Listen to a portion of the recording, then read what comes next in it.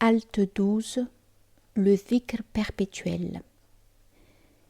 Il a dit qu'il soit exalté dans des maisons qu'Allah a permis d'élever et d'y mentionner son nom, de le glorifier aux aubes et au crépuscule, se trouvent des hommes que nul commerce et négoce ne déconcentre de la conscience d'Allah.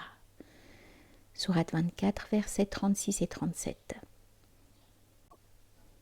Dans ce verset, Dieu a attribué spécifiquement l'invocation aux hommes à l'exclusion des femmes, car il a mentionné les aubes et les crépuscules, ce qui fait allusion à la fréquentation assidue des mosquées à ces deux moments précis. Or, la plupart du temps, ce n'est pas le cas des femmes. L'exception ne pouvant tenir lieu de loi n'est pas prise en considération ici. Lorsqu'il dit que nul commerce ne déconcentre, il faut comprendre le commerce d'une manière plus générale que la vente et l'achat, puisqu'on dit de quelqu'un, par exemple, qu'il fait commerce dans tel ou tel domaine, alors qu'il est resté assis à la maison. On veut dire par là que lorsqu'il marchande, il peut avoir en vue de vendre ou d'acheter tout en étant soit chez lui, soit dans sa boutique ou sur son marché, alors qu'il ne vend pas effectivement. Celui-là, d'après le verset, dans cette situation et dans les circonstances où il commerce effectivement, n'est pas déconcentré de la conscience d'Allah, qu'il soit exalté. Par dhikr, il ne faut pas comprendre ici spécialement l'invocation par la langue, mais que les mouvements et arrêts de ces gens sont pour Allah, en Allah, par Allah.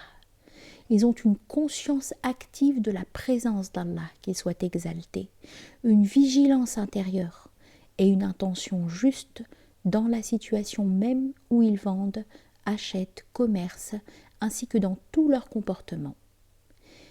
C'est à la même idée que se rapporte sa parole qu'il soit exalté, et ceux qui sont perpétuellement dans leur prière. Sourate 70, verset 23. Cela vise ceux qui, dans tous leurs états et leurs comportements, ont conscience d'Allah, qu'il soit exalté, sont disponibles pour lui, comme ils le sont au moment où ils accomplissent la prière légale, alors qu'il est évident qu'ils ont des obligations dont ils doivent s'occuper. C'est pourquoi Dieu a dit que nul commerce et négoce ne détourne, ce qui n'exclut pas qu'ils commercent et fassent négoce.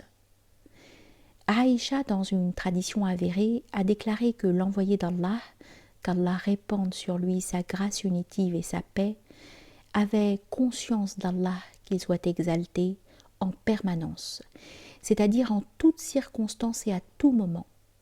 On doit comprendre qu'il avait en permanence la concentration et la disponibilité pour Allah, car il est évident qu'en même temps, il mangeait, buvait, dormait, s'occupait des affaires des gens de sa maison et des autres espèces de créatures.